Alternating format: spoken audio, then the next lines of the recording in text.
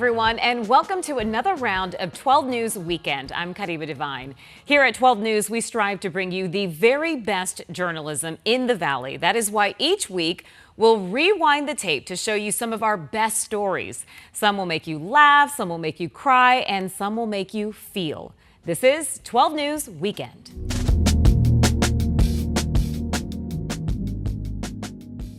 You've probably seen this guy on your social media feed. He's the creator of something called Doc Talk. So he sits on a lake, basically on a dock, and tells dad jokes. 12 News journalist William Pitts introduces us to the business of bad puns. So people ask you, what do you do? I tell them I do dad jokes. My wife complains I don't buy her flowers. To be honest, I never knew she sold flowers. Logan Lyle, a.k.a. Doc Talk, makes a living out of this. I told my doctor I need help. I'm addicted to Instagram. He looked confused. Said, sorry, I'm not following you. Two guys on a dock telling dad jokes. That's the whole idea, but no one else thought of it. Logan was originally a wedding videographer from California. Doc Talk came from a quick video he did a few years ago. About a year and a half later, TikTok comes out, and I decided to take a little clip of that video, put it on TikTok. It blew up. Fast forward 4 years later, I'm still doing it. What do you call a knight who's afraid to fight? Surrender. It's not the joke. It's that no one reacts to the joke. No, I think it's me and my brothers just characters when we film. We're not much of like actors. And he bases the whole thing out of his house in Phoenix, where, in case you haven't noticed, there's something missing. You live in Arizona, where there is no dock. Yeah, yep. We try to find a few docks around here, but it's not as picturesque. No dock. Instead, Logan goes to San Diego or Lake Tahoe to find his dock and tell his dad jokes. Which brings us to another thing that's missing. You're not even a dad. Nope. No doc, no dad. But that hasn't stopped Logan from basically being the most prolific poster of puns on the internet and creating a dad joke empire. Logan wrote a book, has his own coffee line, product endorsements, celebrity cameos. How about the convenience store beer theft? Yeah, it's a cold case. Yeah, I would never imagine I would be doing this, but now that I'm here, it's like it feels like it's just been part of the process, and it's been so fun. My dog used to chase people on a bike. You know what I did to stop him? I took his bike away. And the future of Doc Talk may be worldwide, or at least wherever the puns take him. I want to go other places. I want to go to Oregon. I want to go to Montana, find all kinds of cool docks. Kind of the future of Doc Talk is what I want to do. Maybe own a dock one day. Yeah, exactly. Yeah, that'd be awesome. I threw a boomerang a couple years ago. I now live in constant fear. William Pitts, 12 News. Well, all new at 5, mosquitoes are becoming more resistant to insecticides. The nasty pest can transmit life-threatening diseases like the West Nile virus. And as 12 News journalist Colleen Sikora reports, the county fogging efforts may not be as successful as some had hoped. It's hard not to look at this video and not feel like you need to scratch a bite. People don't like mosquitoes, right? Because they're these annoying little things buzzing in our ears. But they're important. They're the most dangerous animal. The insects, called the world's deadliest animal by the CDC, accounting for more than 700,000 deaths globally per the World Health Organization. 2 mils per feeder. And it's here in the Hoban lab at ASU. We try to understand how can we kill mosquitoes most efficient way, and particularly how can we prevent them from evolving against the tools that we have to kill them. Preliminary studies finding 85% of one type of mosquito commonly found in Maricopa County, Aedes aegypti, a vector for dengue, is resistant to one of the main insecticides used for fogging. It means that these mosquitoes, about 85% of them, in a lab setting, don't die from an insecticide. What Associate Professor Sylvie Hoban is quick to say, though, the lab doesn't always translate to the real world. Here, the mosquitoes, usually young and healthy. Not always the case out here. Something that we're still looking into to see how does this translate. So there's data on genetic markers and mortality in the lab. To what does that mean for the field? But still, insecticide resistance is a big issue. Everywhere, not just in Maricopa County. Some areas, even within Maricopa County, we have almost 100% of the mosquitoes are resistant. And in other areas, it might be 40 or 50%. So the 85% is really an average over the whole area. Any idea why it varies from place to place? So that's a good question that we don't have an answer to, and that we're looking into understanding why that is. So they're looking into it more here. First, we need to know, like, what are the driving factors behind resistance evolution? To then get to what can be done. Can we change the way that we use our chemicals in such a way that it minimizes resistance evolution? Reminding everyone can help with the mosquito population outside of insecticides. The main thing is make sure that you don't have any standing water on your property. If you can't get rid of water, what's really important is make sure that mosquitoes can't breed in those areas. Colleen Sikora, 12 News. Once a department store in 1947 is now an iconic restaurant and bar with some surprises. Step inside for something both nostalgic and new. Order up. Our family owns and operates Hanny's and the building itself. It's a 1947 build. It was one of the first that came more to the West Coast. It's called an international style. So when you look outside at the curved building and the architecture of it, it's just something you don't see much of. That spurred into what ended up being one of probably the high-end clothing stores for downtown, an old haberdashery, hats, shoes. You've seen pictures where a shoemaker will be in the front window. If you notice the names of the suits and the clothes and stuff that are still on the walls today that we had preserved. This former freight elevator shaft has now been transformed into a walk-in 4-story kaleidoscope, one of the largest of its kind. This is an illuminated 3-chambered walk-in kaleidoscope. This is done from about a 10,000 lumen projection camera that is up above us, and then we're using mirrors to create all the illusions that are in here. So there are literally mirrors on the floor, there are mirrors on the ceilings, mirrors on the walls, and then a video projector in which our designer makes the different patterns and the music for us. This glass floor is suspended over Hanny's historic basement, which has a story of its own. Now that we're down in the creepy basement, what's the story with the dolls? The infamous creepy Hanny's dolls in the basement. Who would have known, right, that they would take off? They've been a staple around here for literally for decades. This happens to be from the Kaleidoscope elevator shaft that we were in that was decommissioned. That's the door for it. And these dolls, as we started to sit them around it, it just kind of took off. People started coming down to leave a token for the dolls, as you can see, where they're throwing money at them. We've got new additions to this. We have the first male that we added to it. It's kind of taken on a life of its own. From the bottom to the top floor we go for more photo ops. Even the bizarre bathrooms have become Instagram worthy. They were the former fitting rooms. So if you come for the food and drinks, be sure to stay for everything else there is to experience. You enjoy. Thanks, Zach. Cheers to Rediscover Arizona at Hanny's. Crystal Long, 12 News.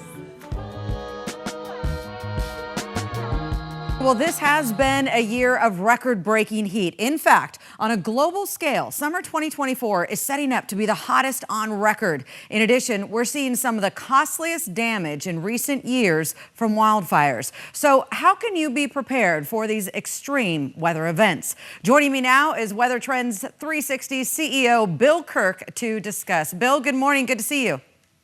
Howard Jr., nice to be here. Well, first of all, I'd love for you to explain what exactly Weather Trends 360 does and why you are known as the original Captain Kirk. So I'm dating myself, 1989, Gulf War veteran, had a walk with General Storm and Norman Schwarzkopf. So again, I was Captain Kirk in the U.S. Air Force, again, 35 plus years ago. So that's really where our technology started too. He says, give me an answer, not a hedge. You're the scientist, and don't change your mind once you issue it. As you and I know, physics changes every day. So we do statistics, climate cycle to predict temp, rain, and snow by week, by mile, everywhere on Earth, out a year, and then project 10,000 seasonal category air sales a year out everywhere on Earth. So really it's predicting the weather and the influence on things we do as humans, buying things, crop yields, those types of businesses. Yeah, it certainly does affect every part of our life. But also, let me thank you for your season. Let's jump right into this. Wildfire season, it's pretty much year round, right? But we're entering the peak of the season. So how is this year shaping up? Yeah, so what we got to look at is the previous situations, right? So the last couple of winters in the West, as you recall, California had some of the wettest, snowiest winters on record the past 2 years, right? That underbrush grows under that environment. Every year you naturally dry out in your spring, summer months. That tinder brush, burns up. But again, we haven't burned up a lot of it, right? So we're just starting. We had projected this would be the worst fire season in 4 years. after last year was the least in 30 years, 31 years, I think. So it was 60% below average for last year. All the fires were in Canada. This year, they're starting to flare up in the U.S. And I think next year, for 2025, we're saying the worst in 10 years and 50% above average. So it's a big fire season in the making because of you're going to dry out this winter. This winter dries out even further. You got a lot of fuel to burn there. Yeah. All right. Well, this is driven, as you mentioned, by record hot, dry, windy weather. So how does a long-range forecast actually help people prepare for these severe weather events? Yeah, so our core business is predicting temperature and snow, but from that we can predict other things like hurricanes and fires and floods. So this year, for example, we had the worst flooding in 31 years. Projected that, right? We said the hurricane season would be extremely active. We're getting our fourth landfalling hurricane here with Francine here today, right? So, and that's just starting. We think the hurricanes will be even more epic. So really it's beyond just the severe weather. It's the predicting the sensible things. Like here in the Northeast, we've had the coldest start to September, the first 11 days in 40 years, actually 31 years. For last year was record hot, right? So we didn't buy all the stuff we did last year. And this year we're buying the coats and the gloves and the cool stuff. So whereas you're still very hot, obviously in Phoenix. So understanding that influence, is kind of what we try to help big Fortune 500 companies plan, a year out. And before we let you go really quickly, how has our ability to provide those long-range models changed over the years? Yeah, unfortunately, everyone's still thinking like you and I do as physicists, right? So physics doesn't work, right? And the science is not there. So we got to think like we did 35 years ago with Schwarzkopf, statistics and climate cycles. You're hearing about some of them, La Nina, but there's dozens that need to be factored. So yeah, folks are trying, but we've got a little bit of a head start here at Weather Trends 360. Yeah, and I always love reading clouds. I learned to read clouds from farmers. They earn their keep from reading clouds. Granted, it's not a long-range forecast, but it's never wrong. All right, Weather Trends 360 CEO Bill Kirk, thanks so much for your time today.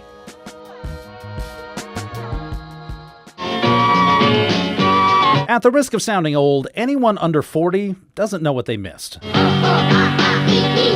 Wallace Ladmo was the be-all and end-all of Phoenix kids' TV shows. It was sketch comedy, music, jokes, and had the single greatest prize of any kids' show ever. Hey, that's you. What's your name? Natalie. The Ladmo bag, the holy grail for Arizona kids. It was filled with candy and prizes, and only a few kids in the audience got one. 30 years after the show went off the air, that's what every kid in Arizona wanted. I still want one. The impact is crazy. It's like a cultural phenomenon. Julia Taggart is way too young to remember the show, but she's organized a 70th anniversary exhibit at the Sunny Slope Historical Society, celebrating a show that ran for 35 years. People will spend like 4 hours here talking about the show. And we're not usually open for 4 hours. To understand Wallace and Ladmo, you have to go way back to the 1950s. Let's see how good a ventriloquist Ladmo is. There were a lot more locally made TV shows back then. Bill Thompson was Wallace, Vladimir Kwiatkowski was Ladmo, and Pat McMahon was almost everyone else. But he was best known as spoiled little rich boy Gerald. Come in! But besides being a kids' TV show, Wallace and Ladmo became a major player in TV. Look at the photos on that wall. That's Liberace. Barry Goldwater was on. Rock star Alice Cooper won a Ladmo bag. Not that I'm still jealous. Alice Cooper! 35 years to get there. The exhibit has memorabilia from everywhere. Because when the show went off the air in 1989, people saved the pieces. They had so much fun. Muhammad Ali, Pat jokes that Muhammad Ali wouldn't leave. And of course, the Ladmo bags, from the original handmade bags to the printed bags later on. And then the guest book, where people sign their names and remember a part of their childhood that was one of a kind. It meant so much to people. Even after it stopped airing, it's still a huge part of their life. William Pitts, 12 News. Now to Decision 2024. County leaders are warning voters now. Don't expect Arizona to know who won major election contests on election night, the day after, or even several days after that. Good evening, and thanks so much for joining us for 12 News at 6. I'm Kariba Devine. I'm Mark Curtis. The county officially approved its polling locations this morning. And if history is any indication, and it probably will be, determining the winners will take time, maybe a lot of it. 12 News journalist Joe Dana joins us to explain why that's even more likely this year. Joe? Let's start with the two biggest reasons the election will not be typical. For the first time since 2006, your ballot is 2 pages long. That means expect bottlenecks at some voting centers, longer lines, and yes, longer waits for results. I do remember George Costanza had that wallet, right? The Costanza wallet, just stuffed with receipts. Having a little fun with what will be an important point. A Seinfeld reference makes its way into Monday's board meeting. So this is what we're designing for our envelope, is what I call the Costanza ballot. Yes, if you get the mail-in ballot, you'll be folding two 18-inch stock paper ballots to either mail or drop off on Election Day. It's those 2 pages that are expected to cause longer wait times and longer lines at some locations on Election Day. We know it's going to take extra time for those voters to be able to complete their ballot.